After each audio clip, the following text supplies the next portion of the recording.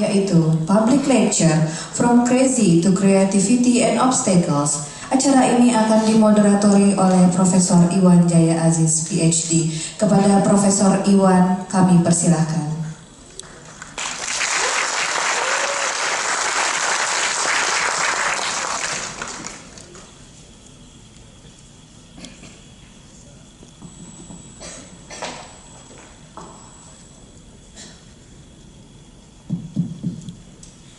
Without further ado, Hari, if you can step up to the stage.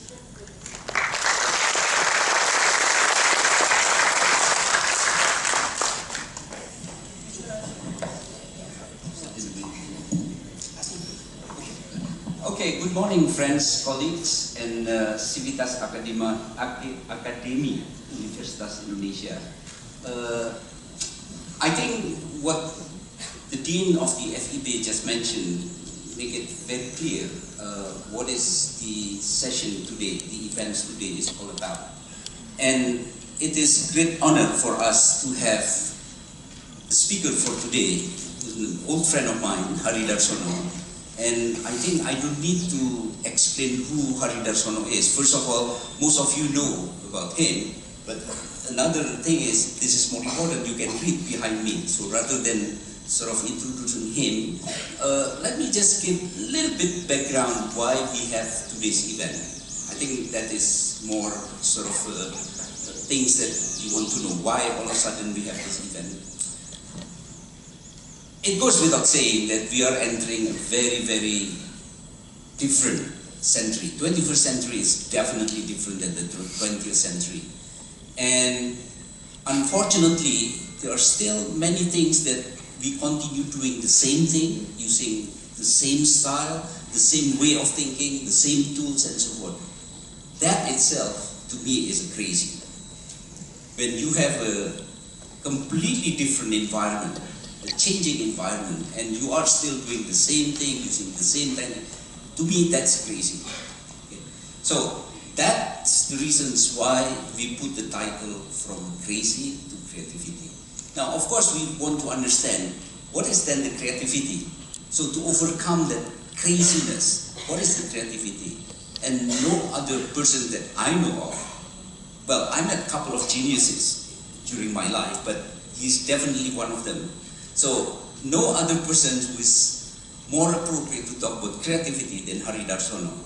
And I can assure you, unlike most of the talk or seminars that you attended, today you are not only hearing the theory or the concept of creativity, but you are hearing and talking with the person who is doing it.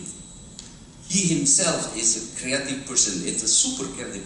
It's very difficult for me to label him actually. Who is Hari Darsono? He is a famous designer, he is a multi-talented musician, he is an artist, he is a sculptor, and he is also an educator, he is an academic professor. So it's very hard for me to label. That's why I don't want to label him anything.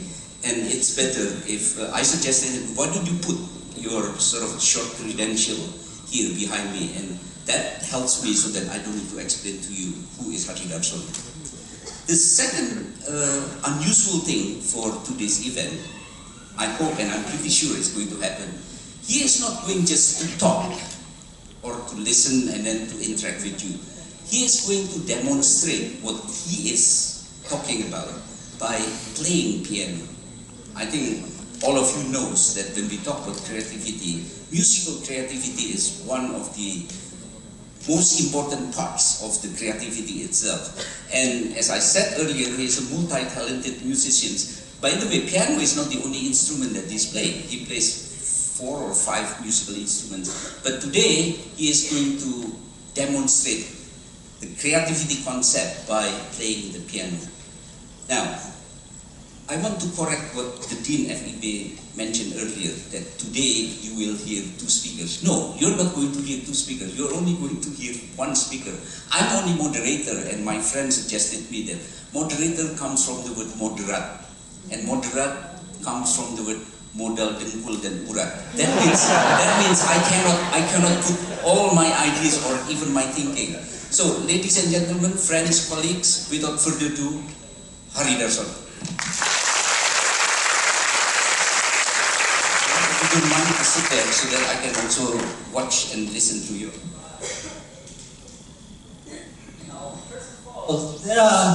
First of all, there are two backgrounds that no one mentioned about this. Number one is, we've been friends. I'm 3 years older than him.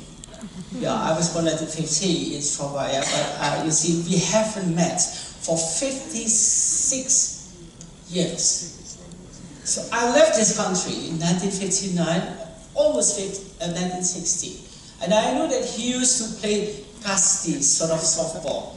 And I was really admire him because he's very, very catchy person, and he's the number one. Anyway, and every time I just came out from school, I don't want to ride my father's car.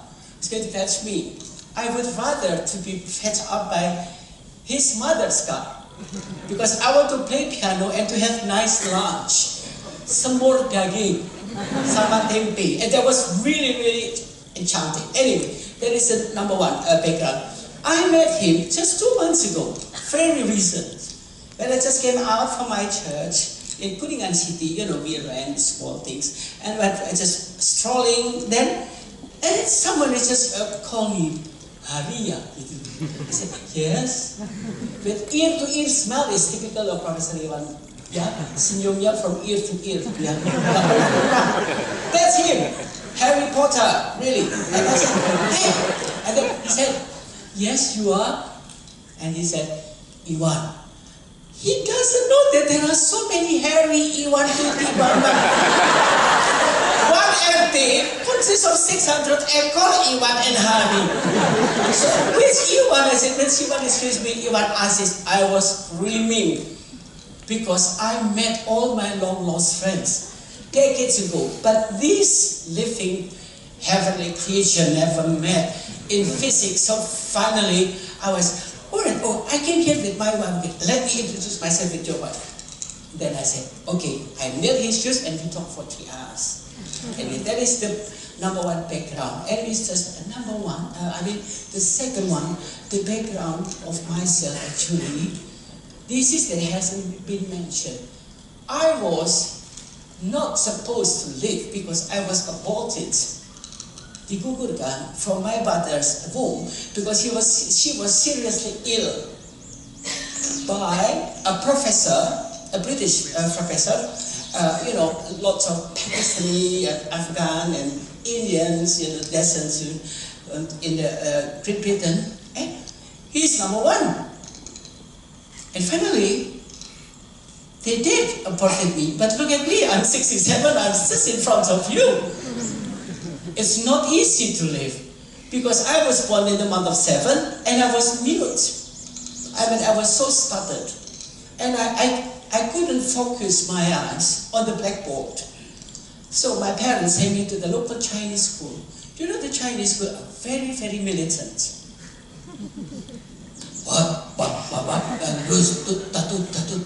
Everything.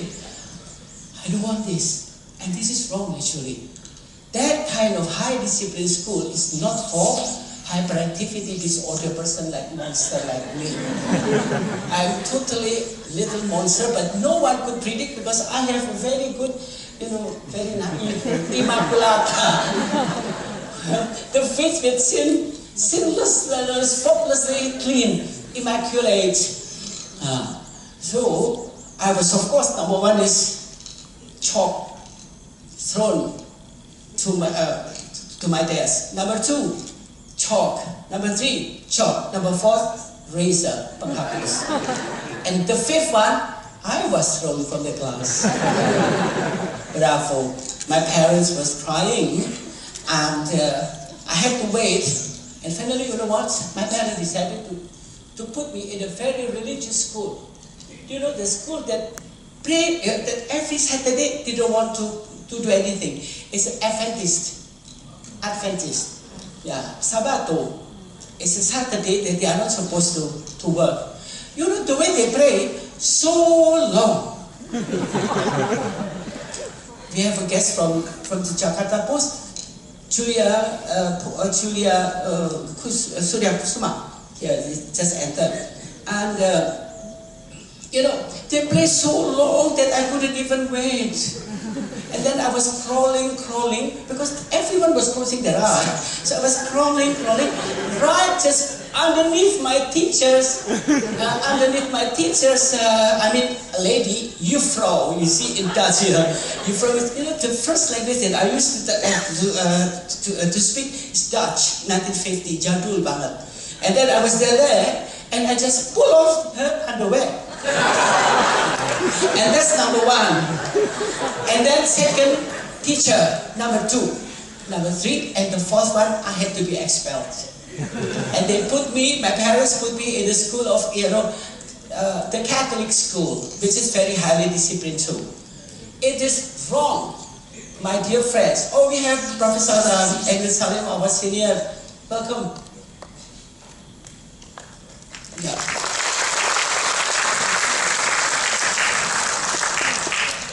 Just allow me to sit.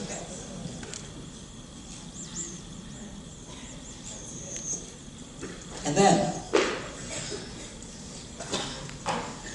so this is actually the background of my lecture that you have to face. That was totally paralyzed.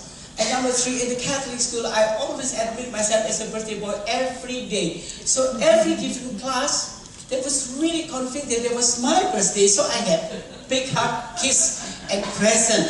And my sister decided to complain to our parents. Our little brother, I'm a little monster, really embarrasses me. So finally, somehow, I can't remember what I did. I always think that I was right. I never thought that I was wrong. And then I have to move next door in the dormitory for the aggressive boys. It's called Don Bosco. Yeah, there's a very, very hard. I don't want to tell you what happened with the young priest, with the young brother. If you close your eyes, you think of nasty thing, that was me. And then I decided that, and then they had to expel me, and I stay at home. Excuse me, this is the hardest way. At that moment, my neurotransmitter worked very fast indeed. On the contrary, the autism children, if they touch fire, the message will be sent to the brain. It's about 24 hours. It can be 2 times 24 hours. And the brain will give instruction to speak up another 2 times 24 hours. So no one at home, I mean not me, the autistic children, no one knew that these autistic children actually they suffer from days before. And they always think that, oh, they have their own world, imagination. Completely wrong, my dear. On the contrary, Harry Darsono is a very attention deficit because I couldn't look at the blackboard until I was expelled from 4 different schools. This is only 3 schools, right? The 4th one, remember this. I totally become mute because for hyperactivity disorder person, the senses, or maybe my skin, when I touch the fire, less than 1 second, it's already sent to the brain. And at the same time, the brain will give instruction to speak up. Can you imagine how many seconds that I could reach, I could get all the visual things, the audible things, the touches, the taste. It's all there and it's all blocked here, so I couldn't speak anything. So I used to beat my head with bottles. 1950s, bottle is mirrored glass. Very heavy. So my servant, my brothers and sisters always hold my hand.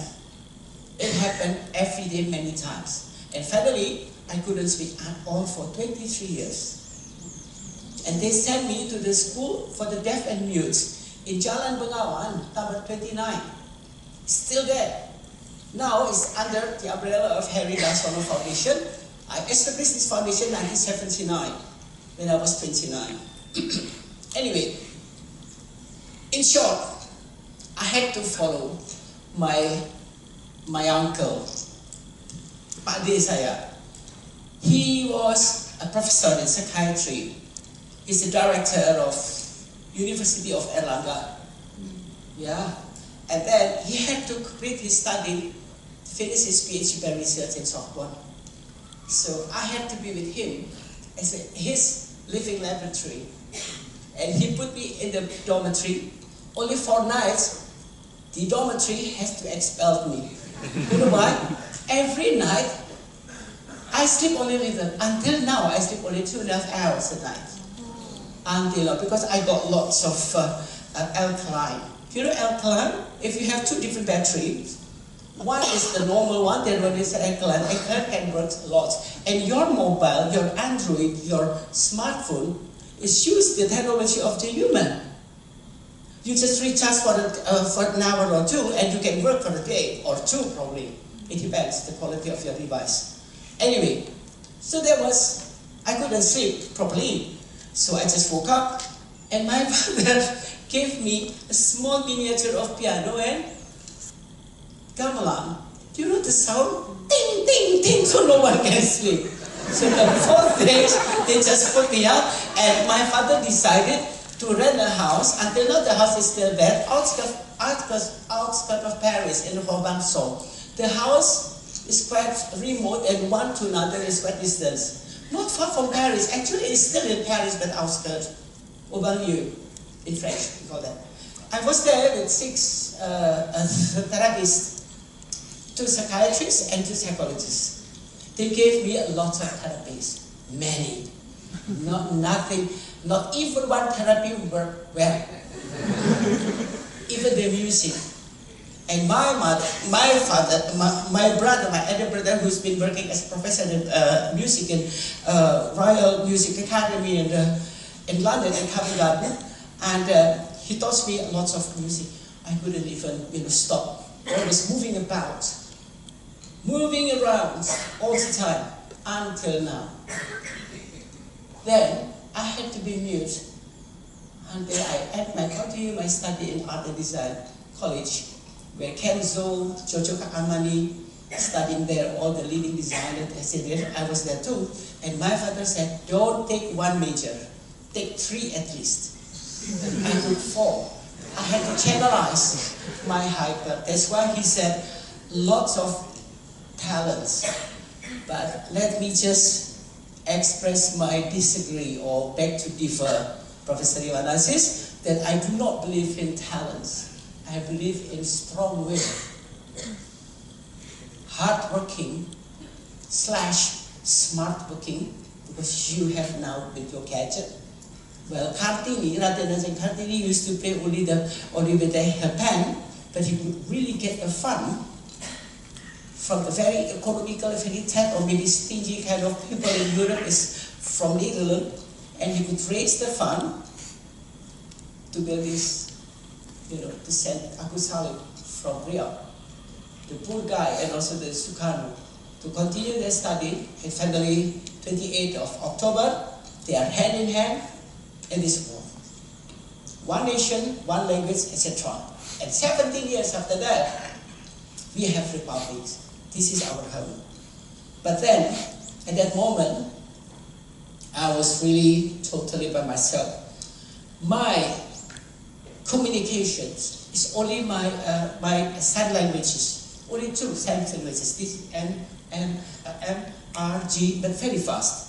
But of course, I would rather be communicating with them with my drawing. You will see my drawing. Millions drawings, because I want to talk a lot, but I could not. So the drawings are my instruments, my visual communication, skill and styles, many. Now, go straight away. After I continue my study, sculpture works and everything, and my father said, I'm one of the 8 children, we had 8 actually, boy, girl, boy, girl, boy, girl, boy, just like puppies, like cats, like piglets, baby Pikachu. Yeah, 8. Has to be, one of those, you has to be like your Ph.D, Professor Suyunus, Raden Mas Suyunus, like a teacher. Okay. Then I raised my hand. Me. Then everyone was laughing because I was mute. Anyway, so I had to continue. I had to finish my first doctorate degree in art and design. You know what? I had to sit down and I had to express, I had to clarify scientifically art and design by sign language and drawing. Because art speaks itself. Music speaks itself. It doesn't have to be explained. Right? Even your facial expression speaks itself for the deaf and mute, because we have the special curriculum how to read the facial expression. We can't hear you. Alright? Okay, so after that, I was back in morning. I was working in 7 different fashion houses every year. Work as an internship, no payment. But then at that moment, 1960, everything has to get measured.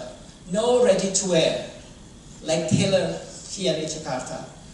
So everyone who came, the super rich, the wife or the mafioso from Italy, they came and everything, the celebrity, the rich and the famous. I got note the name and I just wrote down the name. And I make embroidery here. Inside the pockets or the other, the lining of the skirt, and no one knew. I didn't even think that one day, 47 years after I did that, I could trace the dresses back. I followed my destiny. Then, in short, I continued my study in Oxford. I took philosophy and also psychology, especially in this.